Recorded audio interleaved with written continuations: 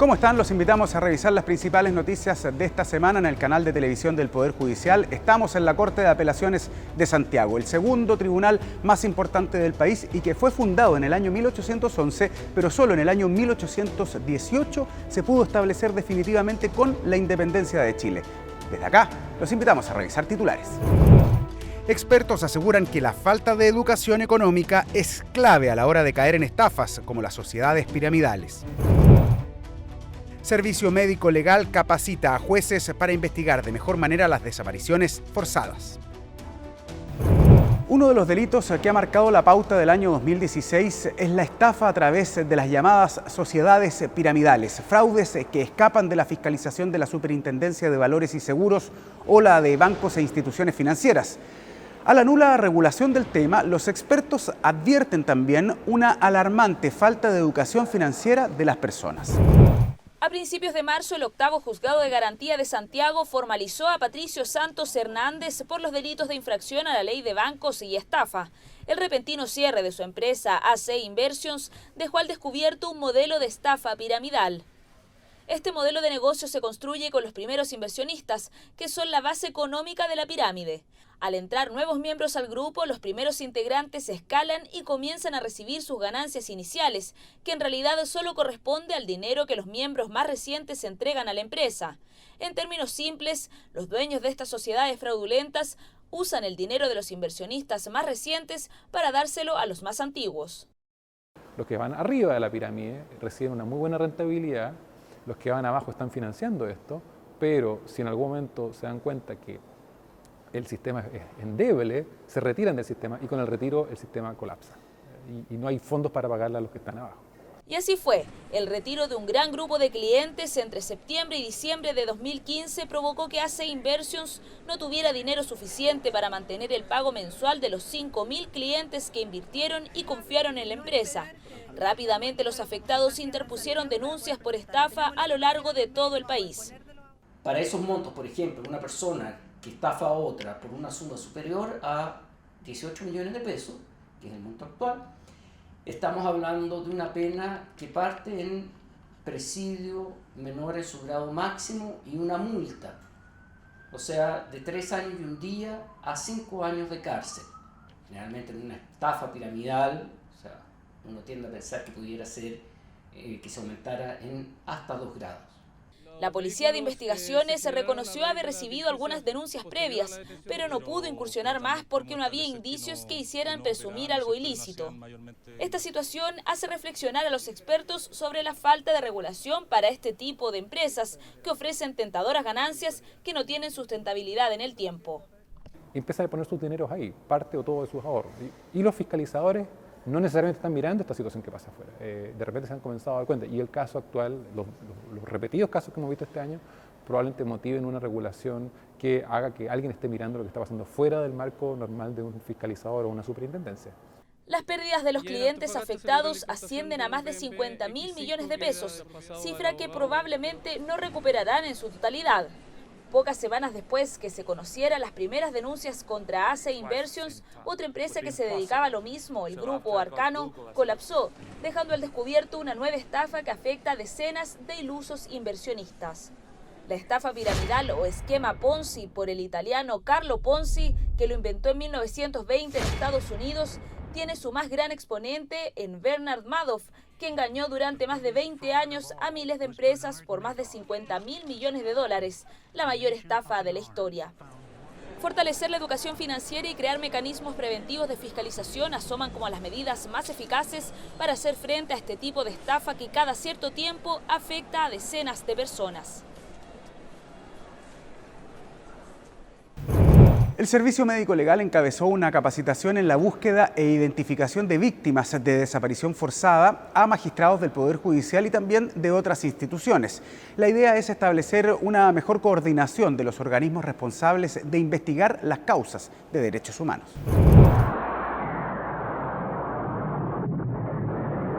El número de de víctimas de la dictadura en Chile entre septiembre de 1973 y marzo de 1990 supera las 40.000 personas. De ellas, 1.210 aún están desaparecidas. El tiempo transcurrido desde estos delitos es un factor que obliga al Poder Judicial a estar constantemente buscando mecanismos para avanzar en la investigación de las causas. En esta etapa que estamos de identificación y de investigación ya casi no terminal, pero bastante avanzada, yo creo que es muy importante establecer cuáles son los caminos a seguir y cuáles son los esfuerzos que se van a seguir haciendo para lograr el máximo de verdad. Para poder efectivamente realizar nuestra tarea, tenemos que trabajar en conjunto con todas las otras instituciones que auxilian a la justicia, obviamente los tribunales, que son los que realizan las investigaciones, y también hemos desarrollado un modelo de trabajo que incluye a las colectividades de familiares.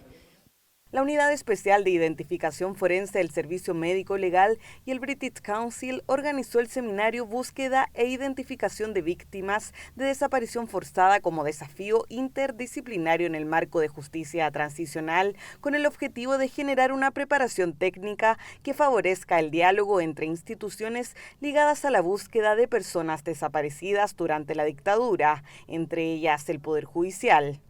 Las desapariciones forzadas es una cosa que deja una huella muy profunda en la sociedad y deja una incertidumbre para los familiares, pero también para todos. Yo creo que la sociedad, las y los desaparecidos nos hacen falta a todos. Ya 25 años de retornar a la democracia se ha demostrado que la única forma de avanzar en el hallazgo de víctimas detenidas desaparecidas es a través del trabajo interdisciplinario y coordinado de todas las instituciones del Estado que trabajan en este tema. La justicia transicional busca entregar el reconocimiento a las víctimas a través de medidas de indemnización que compensan el sufrimiento. La legislación de la Corte Interamericana de Derechos Humanos establece dos tipos de categorías en relación a estas. La primera corresponde a las víctimas y, en el caso de los desaparecidos, a sus familiares vivos. Y el trabajo conjunto sin duda permite que lleguemos a puerto y efectivamente le entreguemos a los tribunales la información más útil para que puedan desarrollar la investigación que ha definido el juez o el ministro en cada caso. Bueno, los familiares, por supuesto, ellos exigen y el Estado les debe hacer todos los esfuerzos humanamente posibles para encontrar a las víctimas detenidas desaparecidas. Esa es la obligación del Estado. El seminario Búsqueda e Identificación de Víctimas de Desaparición Forzada como desafío interdisciplinario en el marco de justicia transicional tendrá una segunda etapa en junio, donde especialistas en trabajo forense capacitarán a peritos del Servicio Médico Legal, funcionarios de Carabineros de Chile y a la Policía de Investigaciones. Recién en el año 1958 una ley apuntó a regular los partidos políticos, aunque solo se exigió la recolección de firmas para constituir uno de estos. Sin embargo, con el paso de los años hubo mayor conciencia de lo necesario que es reglamentar a este tipo de agrupaciones. Los realistas y los patriotas en la independencia, los pipiolos liberales y los pelucones conservadores en 1800. De estas diferencias políticas proviene el origen de las agrupaciones políticas en Chile. Hoy, en el país existen 22 partidos políticos. El último recién inscrito es Revolución Democrática. Nosotros partimos esta tarea inscribiéndonos en el CERVEL, haciendo el trámite hace 7 meses y con notarios siempre en todos los puntos de recolección de firmas, porque esa es una exigencia legal, que la gente se inscriba, que firme, pero en presencia de notario. A mediados del siglo XX comenzaron a proliferar múltiples candidatos de los movimientos sociales, lo que provocó un colapso en el sistema electoral. Ante esta coyuntura, el Estado dictó la Ley de Partidos Políticos en 1958. Esta estableció el requisito de 3.000 firmas para formar un partido político. 4 años después, fue modificada. El número de inscritos aumentó a 10.000, se les otorgó personalidad jurídica y se estableció como autoridad al registro electoral. Hacia, yo diría, fines, ¿no es cierto?, del siglo XX, ya después de la dictadura, con la vuelta a la democracia, se produce una regulación más clara de esto. La Constitución de 1980, que rige hasta nuestros días, fue la primera en regular la libertad de asociación y partidos políticos.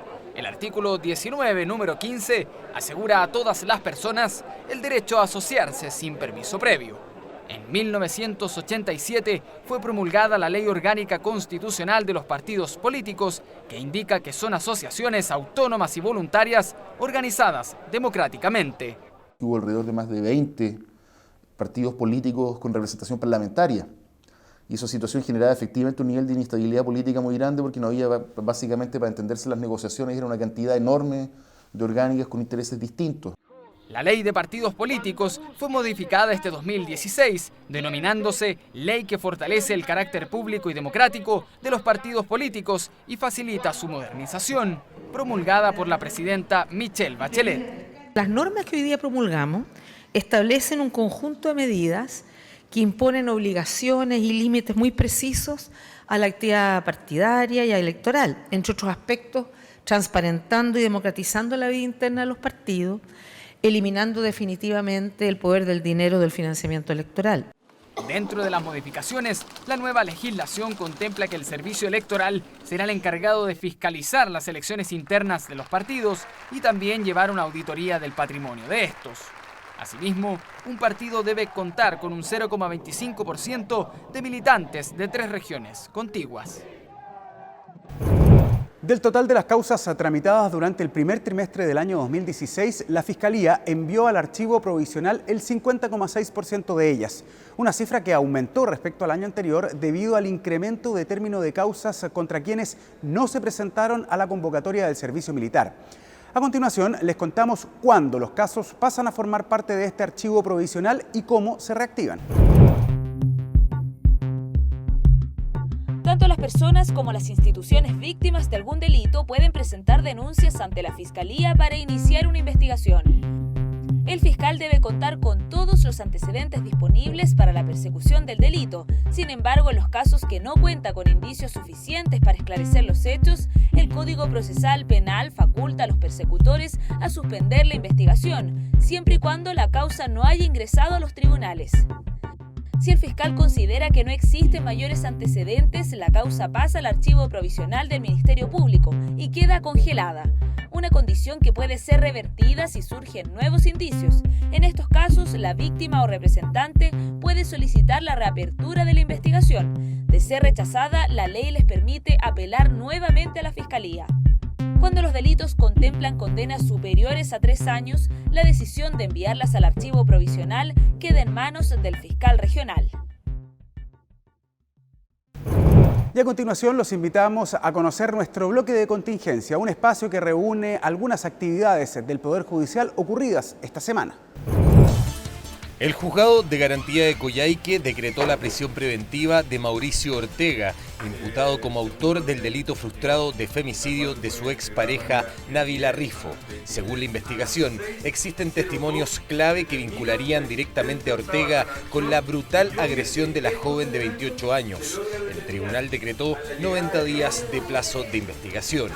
Y en el marco de la violencia de género, el presidente de la Corte Suprema, Hugo Tolmech, se reunió con el fiscal nacional Jorge Abot y la directora de la Unidad Especializada en Delitos Sexuales y Violencia Intrafamiliar de la Fiscalía Nacional, Solange Huerta. El objetivo es trabajar en conjunto para aplicar un criterio unificado en la asistencia a víctimas de violencia de género.